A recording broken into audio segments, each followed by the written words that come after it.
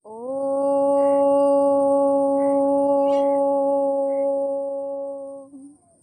त्वमेव माता च पिता त्वमेव त्वमेव बन्धुश्च सखा त्वमेव त्वमेव विद्या द्रविणं त्वमेव त्वमेव सर्वं मम देवदेव त्वमेव सर्वं मम देवदेव। ओम श्री परमात्मने नमः। आज हम पुनः श्रीमद् भगवत कथा गंगा में गोता लगाते हुए, इससे पहले हम जो भक्तों का पावन चरित्र श्रवण किए हैं, उसी श्रृंखला में आज हम फिर भगवान के एक परम भक्त संत दामाजी पंत जी का पावन चरित्र का श्रवण करेंगे, जिससे हमारा अंतःकरण भी पवित्र होगा और भगवान के श्री चरणों में पावन भक्ति का हमारे अंतःकरण में भी उद्घाटन होगा, उसका जागरण होगा, उसका जो बीज है वो अंकुरित होगा। जब हम भक्तों का पवित्र चरित्र सुनते हैं तो अंतःकरण में आनंद तो होता ही है, साथ में भगवान के चरणों में जो श्रद्धा है, जो भक्ति है, वो भी बढ़ने लगती है धीरे धीरे। कोई नास्तिक व्यक्ति है, अगर आप उसे भगवान की चर्चा करेंगे या कथा की चर्चा करेंगे, संत समागम की बात करेंगे, उसे पसंद नहीं आएगी। तो कहा भी है संतों ने कि भगवत चर्चा करनी है या संतों के चरित्र की चर्चा करनी है तो पात्रता को देख करके, कुपात्र के आगे कभी भी भक्तों के पावन चरित्र का गान नहीं करना चाहिए, क्योंकि जिसके अंदर श्रद्धा है ही नहीं, वो आपके द्वारा कही गई जो भगवत महिमा है या भक्तों के पावन चरित्र की जो गाथा है, उसकी महिमा समझेगा नहीं। इसीलिए भगवान की जो योग्य है, जो पात्र है, उसके आगे ये गाथा का चर्चा करना चाहिए। जितने भी हमने भक्तों का चरित्र अभी तक श्रवण किया, उससे अंतिम हम लक्ष्य जो है उस पर पहुंचते हैं कि जितने भी भक्त हुए भगवान के, जितने भी संत हैं, कोई भी कंदराओं या गुफाओं में जाकर के केवल भगवान की प्राप्ति की हो, ऐसा बहुत कम उदाहरण मिलेंगे। साधना के लिए कुछ समय कोई गया हो, ये अलग बात है, लेकिन गुफाओं में बैठकर ही भगवत प्राप्ति हुई है, ऐसा अभी तक कोई भी उदाहरण हमारे सामने नहीं आया। जितने भी भक्त हुए, संत हुए भगवान के, वो सब ने संसार में रहते हुए जो भी उनका कर्तव्य कर्म था उसे करते हुए उस परम सत्ता का दर्शन किया है। चाहे वो कबीर दास जी हो, मीराबाई हो, ध्रुव जी हो जो बाल भक्त थे भगवान के, या प्रहलाद जी हो, कबीर दास जी हो, सूरदास जी हो, रविदास जी हो, कोई भी हो, जितने भी भक्त हुए हैं, सब ने इस संसार में रहते हुए ही भगवत प्राप्ति की है। ऐसे ही आज हम पावन जो चरित्र है दामाजी महाराज का, उसको हम देखेंगे। भगवान के परम भक्त रहे, खूब नाम जप करते, लेकिन उस समय जो राजशाही शासन था वहाँ पर पठान शासन करता था। ये महाराष्ट्र के पंढरपुर की पावन भूमि में इनका जन्म हुआ। वहाँ पर रह करके अपना सब जो भी उनका कर्तव्य कर्म था उसे करते हुए दामाजी ने भगवान की भक्ति को प्राप्त किया। जो भक्त होते हैं बड़ी सहजता से भगवान की भक्ति करते हैं। कोई मित्रवत भजता है, कोई उन्हें अपना बाल रूप में भजता है, कोई पुत्रवर व्यवहार करता है, कोई पति रूप में भजता है, जैसी जिसकी श्रद्धा। तो जाकी रही भावना जैसी, प्रभु मूर्ति देखी तिन तैसी। जैसी आपकी श्रद्धा है, जैसी आपकी भावना है, भगवान वैसा रूप धारण कर लेते हैं। उसी भाव में आपको उसकी प्राप्ति भी होती है। जैसे हम कहीं जाते हैं दुकानों में या मार्केट में, भगवान की कोई प्रतिमा आदि खरीदनी हो, तो हमारी एक छवि बनी हुई है कि भगवान शिव जो है वो त्रिशूल होगा, गले में सर्पों की माला होगी, सिर पर जटाओं का मुंड बना होगा, उसमें सर्पों की माला लपेटी होगी, त्रिशूल होगा, कमंडल होगा, एक छवि है। तो वास्तव में देखा जाए तो भगवान का कोई रूप नहीं, कोई आकार नहीं, वो निराकार है। भक्त हेतु हरि रूप बनाया, ब्रह्मानंद मेरे मन भाया। जैसी भक्त कल्पना करता है भगवान, वैसा रूप धारण करते हैं। तो ना ऐसे ही दामाजी थे भगवान के परम भक्त। महाराष्ट्र में जितने भी भक्त हुए, हर जगह भगवान को एक अलग नाम से पुकारा जाता है। आप वृंदावन में जाएंगे तो कोई गोपाल कहेगा, कृष्ण कहेगा, कन्हैया कहेगा, अलग अलग नाम है। अनंत नाम है प्रभु के, आपको जो प्रिय है उस नाम से पुकारना। तो दामाजी महाराज ने भगवान की जो भक्ति की वो विट्ठल नाम से पुकारा, क्योंकि महाराष्ट्र में ज्यादातर विट्ठल विट्ठल ही पुकारा जाता है। तो ऐसे ही दामाजी विट्ठल कह के भगवान को पुकारते, उनसे वार्तालाप करते, एकाग्रचित्त होके बैठते, कभी रुदन करते, कभी हास्य करते। भक्त की दशा अलग होती है। ऐसे ही दामाजी का था। भक्ति करते करते जब परिपक्व हो जाती है तो भक्त इस स्थिति में पहुंच जाता है कि नाम ना जप करे तब भी अपने आप जाप चलता रहता है। ऐसे ही दामाजी थे। बादशाह जो था वो पठान था, उसके यहाँ ये राज दरबार में सेवा देते थे। लेकिन महाराष्ट्र में एक बार बहुत अकाल पड़ गया। जब अकाल पड़ा तो प्रजा बड़ी दुखी थी। अब बादशाह तो कुछ कर नहीं रहा, अपनी धुन में मस्त था, अपना सुख सुविधाएं उसका जो भी था वो पूरा होता रहा, लेकिन इनके ऊपर कोई कृपा नहीं। जो प्रजा थी बहुत दुखी। लेकिन भक्त जो होता है, वैष्णव जो होता है, वो भगवान की भक्ति करते करते दूसरे की पीड़ा को भी महसूस करता है। भक्त वही है जो दूसरे को दुखी देख करके खुद दुखी हो जाए, वही भक्त कहा जाता है। सामने वाला पीड़ित है, हम मुस्कुरा रहे हैं, तो कहाँ की भक्ति। अपने सुख को सुख समझ करके दूसरे की पीड़ा को पीड़ा ना समझने वाला कभी भक्त हो ही नहीं सकता। जैसे कहा भी जाता है कि वैष्णव जन तो तेने कहिए, पीर पराई जाने। वैष्णव तो वही है जो दूसरे की पीड़ा को पीड़ा समझे। तो ऐसे दामाजी थे। महाराष्ट्र में एक बार अकाल पड़ गया, बहुत प्रजा दुखी थी, खाने को भोजन नहीं, भूख से मरने लगे लोग। अब दामाजी तो भगवान के परम भक्त, भगवान से प्रार्थना की कि हे प्रभु, इनकी पीड़ा को दूर कीजिए। जब भक्त पुकारता है भगवान को तो भगवान ना सुने, ऐसा हो नहीं सकता। तो ऐसे दामाजी थे। इनके पास जो कुछ भी था पूरा उन्होंने दान कर दिया लोगों में। और जहाँ बादशाह के यहाँ काम करते थे तो भक्त की अपनी महिमा होती है, अपनी अदा में जीता है। दामाजी भी मस्त वहां पर काम करने लिए गए, सेवा में बादशाह से कुछ नहीं पूछा। उनके मन में आया कि इतना सारा खजाना भरा पड़ा है, इसको दान करने ही अभी उचित होगा। बिना पूछे सारा खजाना दान कर दिया। खाद्य पदार्थ जो भी थे वो सब पब्लिक में दान कर दिए। अब जो अन्य लोग होते हैं, क्योंकि समाज में कोई व्यक्ति अच्छा कार्य करे और कोई सहयोग करे ये अलग बात है, लेकिन टांग खींचने वाले बहुत मिल जाएंगे। ऐसे ही इनके साथ भी हुआ। दामाजी ने जैसे ही बादशाह के खजाने से दान करना शुरू कर दिया, वहां बादशाह को जाके सूचना दे दी कि दामाजी ने अपना तो दिया ही, आपका खजाना पूरा दान कर दिया। अब दामाजी भगवान के परम भक्त, उन्हें कुछ पता नहीं कि मेरे विषय में कहाँ क्या कहा है, अपनी दुनिया में मस्त। भक्त ऐसे ही होते हैं। लेकिन भगवान का जो भक्त है, ना तो आलसी प्रमादी होता है और ना ही दूसरे की पीड़ा को ना समझने वाला। एक छोटा सा कथानक है। भगवान शिव का परम भक्त था, ब्राह्मण था, लेकिन बड़ा आलसी। लेकिन भगवान का भक्त और आलसी हो, भगवान ये कभी बर्दाश्त नहीं करते। तो प्रभु ने सोचा ये मेरा भक्त तो है, लेकिन मेरा नाम भी बदनाम करेगा, लोग सोचेंगे भोले के भक्त कैसे होते हैं। तो भगवान अपने भक्त के अहंकार को और आलस्य प्रमाद को कभी पनपने नहीं देते। तो ऐसे ही ब्राह्मण की पत्नी रोज बोले कि आप अपने काम पे जाओ, कुछ करो, भगवान आपको सहायता करेंगे। लेकिन ब्राह्मण की समझ में कुछ नहीं आता। एक दिन उसके मन में आया, पत्नी बोली कुछ नहीं कर सकते तो भगवान के मंदिर में जाके भजन करो और कुछ मत करना। पत्नी की बात को मान लिया, मंदिर में गया, बड़ी प्रसन्नता से भोले का भजन करता, बस एक ही आशा से कि भगवान प्रसन्न होंगे भक्ति से तो कुछ ऐसा वरदान मिलेगा कि मुझे कुछ कार्य ना करना पड़े और परिवार अच्छे से चले। अब आलसी तो आलसी ऐसे ही ढूंढेगा। तो भले ही उसने जिस भी भाव से भगवान की भक्ति की हो, भगवान प्रसन्न हुए और बाबा ने कहा कि तू जो भी कर्म करेगा उसका फल तुझे मिलेगा, लेकिन वो बहुत गुना, कई गुना होके मिलेगा, पर एक शर्त है कि तू जो भी करेगा वो जो कमा के लाएगा वो मुझे दान करेगा।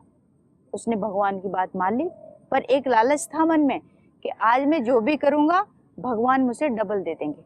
इसी लालसा से वो यज्ञ आदि हवन कराने का काम शुरू कर दिया। घर घर में जाता, बड़े अच्छे से करवाता। ब्राह्मण तो था ही, और भी लोग उससे सुने कि बहुत अच्छे से करवाता है। लोगों ने बुलाना शुरू कर दिया, दान दक्षिणा भी अच्छी मिली। अब रोज ये काम करता, शिव के मंदिर में जाता और भगवान को दक्षिणा चढ़ा के आ जाता। घर में जाता तो खाली हाथ। पत्नी ने कहा चलो कोई नहीं, कुछ कमा के नहीं ला रहा कोई बात नहीं, पर भगवान का भजन कर रहा है बड़ी बात है। तो ऐसे भगवान का भजन चलता रहा, बड़े प्रसन्नता से घर में आता और खाता पीता चुपचाप सो जाता। पत्नी कुछ पकाती तो बोली नहीं, मुझे जहाँ भी जाता हूँ यज्ञ हवन कराता हूँ, मुझे अच्छे से भोजन की व्यवस्था होती है, मुझे और खाने की आवश्यकता नहीं है, आप चिंता न करो। ऐसे कई दिन बीते। अब काफी दिन बीत गए तो ब्राह्मणी को लगा कि ऐसे डेली डेली जाता है, आज तक कुछ किया भी कि नहीं। मन में प्रश्न उठा। तो जब भगवान तो परीक्षा लेते हैं अपने भक्तों की, प्रतिदिन यज्ञ करना कराना ये उनका काम बन गया। भगवान ने सोचा कि इसका जो आलस्य प्रमाद था वो तो अब खत्म हुआ। ये देख करके भगवान प्रसन्न हुए। भोलेनाथ तो भोलेनाथ प्रकट हुए और वो बड़ा खुश कि आज तो भगवान प्रकट हुए हैं, अब तो मुझे कुछ करना नहीं पड़ेगा। बोला कि आप प्रकट हुए हैं तो मुझे कुछ ऐसा दीजिए कि मुझे और ज्यादा कुछ ना करना पड़े। भगवान बोले ऐसा ही होगा। बोले तूने आज तक मुझे जो दिया वो तो मैंने जहाँ भी है, तू मंदिर में जा, वहाँ पर एक मटका है, घड़ा रखा हुआ है, उसको उठा के लेके आ। वो गया, वहाँ पर जाके देखा, खुदाई किया, मटका निकला, चुपचाप उठाया और भगवान के पास आ गया। भगवान बोले अब इसको खोलो। मटके को खोला तो उसमें वो सारे पैसे भरे हुए थे जो वो दक्षिणा में कमा के लाता और भगवान को दे देता था। तो बोला कि ये तो वही पैसे जो मैंने आपको चढ़ाए थे। बोले हाँ, ये वही पैसे जो आपने चढ़ाए थे। अब इससे ये सिद्ध हुआ कि भगवान जो भी करते हैं अच्छे के लिए करते हैं। अब उसने सोचा मन में कि अभी तक मैंने यज्ञ आदि जो भी घर में जाके कराया, उससे जब मैं इतना कमा सकता हूँ तो और करूँगा तो और बड़ा बन सकता हूँ। तो भगवान ने उसे आशीर्वाद देके भेजा। वो बहुत मतलब जो भी उसका आलस्य प्रमाद था वो खत्म हो गया, पुरुषार्थी बन गया, क्योंकि भगवान का लक्ष्य अपने भक्त के प्रमाद को खत्म करना था। अब वो जब घर गया, ब्राह्मणी को जाके पैसे दिए, वो भी बड़ी खुश हुई। बोलती आपको इतना सारा धन भगवान ने दिया? इससे पहले उसने कुछ घर में नहीं बताया था। बोलता भगवान ने तो दिया है, लेकिन ये सब मेरी दक्षिणा की ही कमाई है। भगवान ने सिर्फ इतना किया कि मुझे पुरुषार्थी बना दिया और जो आलस्य प्रमाद था वो खत्म हो गया। उस पैसे से उसने जमीन खरीदी, फिर जमीन में उसने खेती करना प्रारंभ किया और एक दिन बहुत बड़ा अमीर बन गया। तो कहने का मतलब है कि भक्त जो होता है कभी भी आलसी प्रमादी हो ऐसा हो नहीं सकता। तो दामा जी भी ऐसे ही थे, अपने कर्म करने में पूरा पुरुषार्थ करते बादशाह के यहाँ, लेकिन किसी की पीड़ा को देखकर वो पिघलित हो जाते थे, पिघल जाते, दुखी होते, रोते भी लगते। वही वास्तव में भक्त होता है। अपने लिए तो दुनिया जीती है, लेकिन दूसरे के दुख को दुखी हो वो भक्ति हो सकता है। तो दामा जी ने पूरा बादशाह का खजाना लुटाया और घर में जाके आराम से साधना करने लगे। और उनकी जो धर्मपत्नी वो भोजन पकाती, पतिव्रता नारी थी। पतिव्रता नारी की एक अलग छवि होती है, उसकी वाणी में, उसके कर्म में बहुत ताकत होती है। जैसे माता अनुसुईया की कहानी सभी ने सुनी होगी, वो भी भगवान की भक्त तो थी, लेकिन साथ साथ पतिव्रता नारी भी थी। तो जब कोई पतिव्रता नारी हो और भगवान की भक्त भी हो साथ में, तो देवतागण या जो भी समाज है देवी देवताओं का, वो घबरा उठता है। खास करके इंद्र का जो सिंहासन है वो सबसे पहले हिल उठता है। तो माता अनुसुईया भगवान की परम भक्ता और पतिव्रता नारी भी थी। जब भगवान की भक्ति करते हुए देखा तो इंद्र बड़ा घबराया। कोई भी धरती पे जब भगवान की साधना करता है तो बाधक तत्व तो बहुत ज्यादा आते हैं। तो ऐसे ही माता के उसमें भी विघ्न आए काफी, लेकिन जब कोई अपने कर्तव्य जो होता है उस पर अडिग रहता है और उस पर रहते हुए भगवान की साधना और भक्ति करता है तो भगवान सहायक बन जाते हैं। चाहे कितनी विपरीत परिस्थितियां क्यों ना हो, भगवान अपने भक्त की कदम कदम पर सहायता करते हैं। जैसे मीराबाई भी थी, वो भी ग्रस्त में रही, लेकिन बहुत बाधाएं आई उनके मार्ग में। जब भक्त भगवान के पथ पे चलता है एक कदम, तो भगवान 100 कदम बढ़ करके उसकी रक्षा करते हैं। मीराबाई छोटी सी बालिका थी, तो माँ ने बचपन में ही बता दिया था, अब बच्चा तो बच्चा होता है, जैसी बात एक बार बोल दी जाए वो उसके दिमाग में फीड हो जाती है। ऐसे मीराबाई को कह दिया माँ ने। एक बारात जा रही थी, सुनिए, सबने प्रसिद्ध कथा है। तो पूछ बैठी कि ये क्या है। माँ ने कहा ये बारात है और ये जो जा रहा है वो कौन है। माँ ने कहा वो वर है, दूल्हा है। तो बोली मेरा दूल्हा कहाँ है। छोटी सी बच्ची थी। माँ उसका हाथ पकड़ के ले गई। बोली अब क्या बताऊं इसको। मंदिर में ले जाके भगवान कृष्ण की प्रतिमा के आगे खड़ा कर दिया। बोली यही तुम्हारा है दूल्हा। अब तो छोटी सी बालिका उसके दिमाग में बैठ गया था कि यही मेरा सर्वस्व है। तो कहने का मतलब है जैसे संस्कार हम बच्चों को देते हैं वो उसमें काम करता है। तो मीराबाई भगवान की परम भक्ता बनी। उसी बाल रूप में जो दिखाया था प्रतिमा, उसे पति रूप में उसने भजा और प्राप्त भी किया। तो ऐसे ही दामाजी भगवान का ध्यान करते बाल रूप में भजते थे। तो जब ध्यान कर रहे थे, जब उनकी शिकायत बादशाह के पास जा चुकी थी, पठान के पास, वो अपने घर में जाते दिन भर का काम करके निश्चिंत भगवान का भजन करते थे। तो जब बादशाह ने कुछ सैनिकों को या सेनापतियों को भेजा कि दामाजी को पकड़ के लाया जाए, उन्होंने बिना पूछे ये काम किया कैसे। अब दामाजी अपनी भक्ति में मस्त अंदर ध्यान कर रहे हैं। सिपाहियों ने जाके दरवाजा ठोका। उनकी पत्नी आई बाहर। बोले क्या बात है। बोले दामाजी को बादशाह ने बुलाया है। बोले आप प्रतीक्षा करें या चाहें तो आप वापस जा सकते हैं, थोड़ी देर के बाद आना, वो अपनी समाधि में लीन है। अब ऐसे शब्द बादशाह के जो सैनिक हैं उनसे कोई पतिव्रता नारी ही बोल सकती है। ऐसे ही जब इनको बोला तो सारे सैनिक थे और सेनापति वापस लौट गए। बादशाह को जाके बताया कि दामाजी तो भजन कर रहे हैं, भजन में लीन हैं। जब उनकी समाधि टूटेगी तभी वो उठ सकते हैं और तभी उनसे मुलाकात हो सकती है। बादशाह को ये सब पता नहीं था कि दामाजी भगवान के परम भक्त हैं।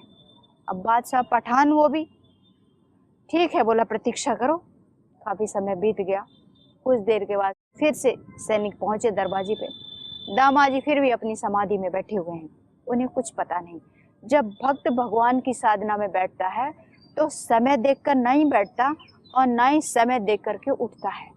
उसका चित्त कितनी देर तक, कब तक लग जाएगा और कितनी गहराई में गोता लगाएगा उसे ही नहीं पता होता है, जो वास्तव में भक्त हैं।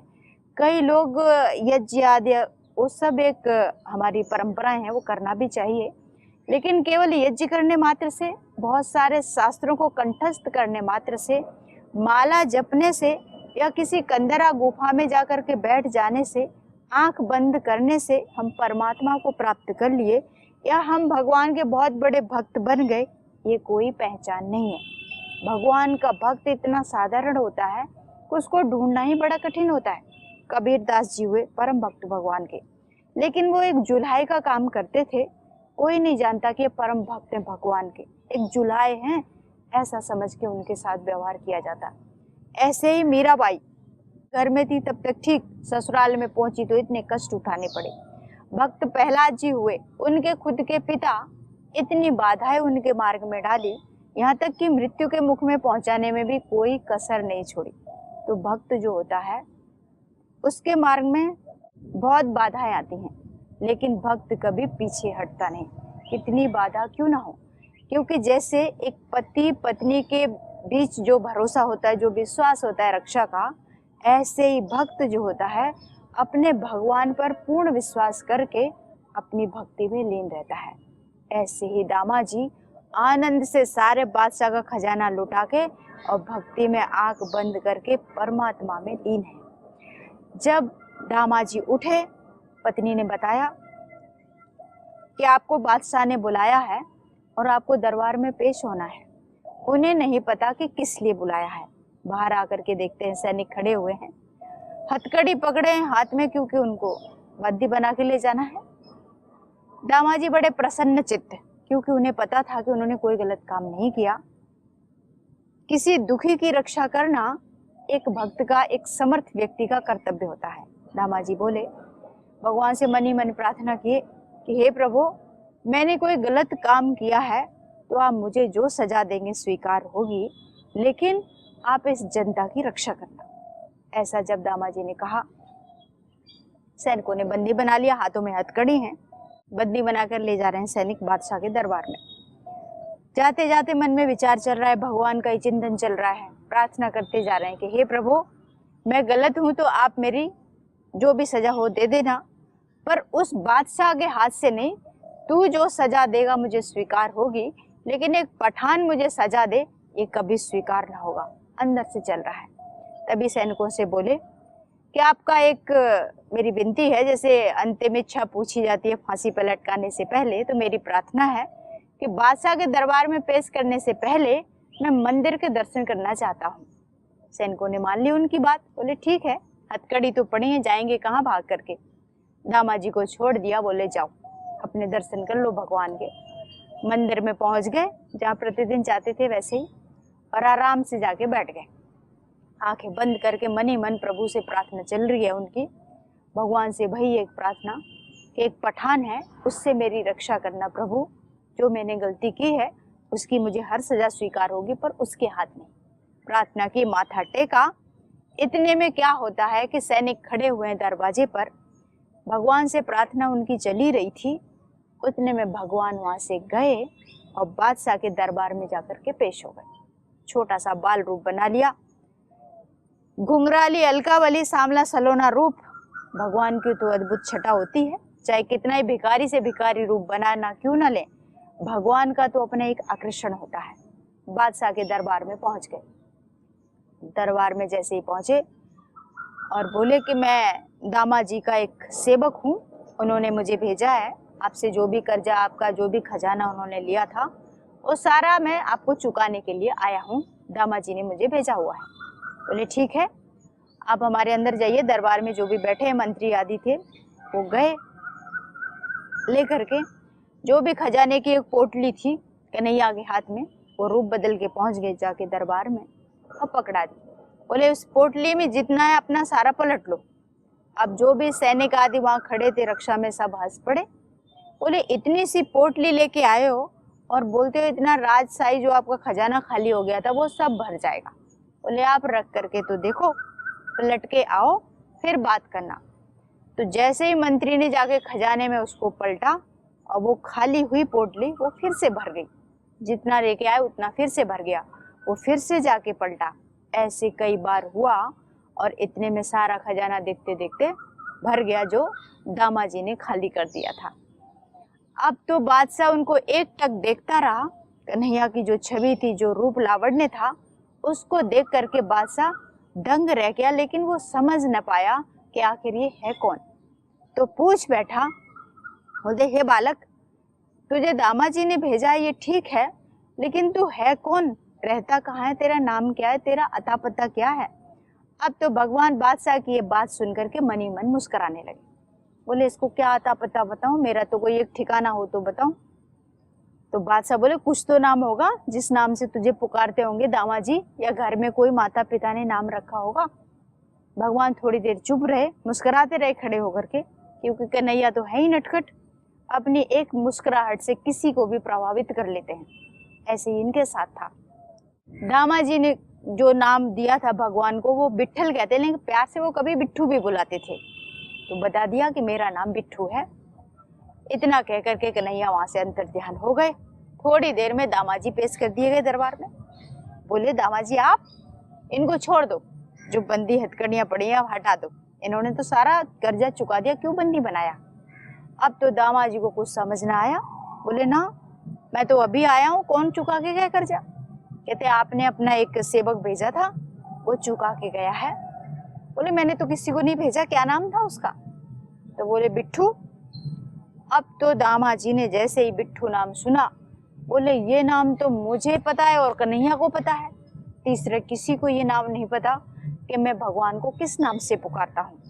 जब बिट्ठू नाम सुना तो वहीं पर दामाजी बेहोश होके गिर पड़े और भगवान के लिए चीख चीख के रुदन करने लगे।